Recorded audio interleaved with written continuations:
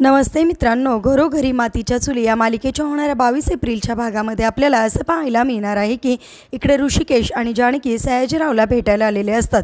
त्यावेळेस सयाजीराव दोघांनाही असं म्हणतो की तुमचा भाऊ पळून गेला म्हणजे हे लग्न मोडलं असं म्हणायचं का काय तुम्हाला, असं बोलत असताना तिथे ऐश्वर्या येते। ऐश्वर्या सगळं काही ऐकते आणि ऐश्वर्या तमाशा करायला लागते। तिथं असणाऱ्या सगळ्या वस्तू जोरजोरात फेकते आणि रडायला लागते आणि म्हणते असं कसा पळून गेला तू।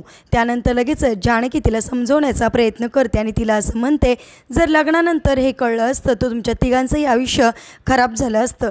त्यावेळेस ऐश्वर्या जानकीला असं म्हणते की पण त्या दोघांचं झालं, पण आता माझं काय, माझ्या आयुष्याचं काय, असं म्हणून आता ऐश्वर्या जानकीला प्रश्न विचारते। आता खरोखर अशा डेंजर परिस्थितीमध्ये जानकी आणि ऋषिकेश काय निर्णय घेणार। आता जानकी आणि ऋषिकेश ऐश्वर्याचं आयुष्य वाचवण्यासाठी ऐश्वर्याचं लग्न सारंगबरोबर लावून देताना आपण पाहणार आहोत। असेच मालिकेच्या पुढील अपडेट्ससाठी तुम्ही आपल्या रंजक मराठी चॅनलला नक्की सबस्क्राईब करा। थँक्यू।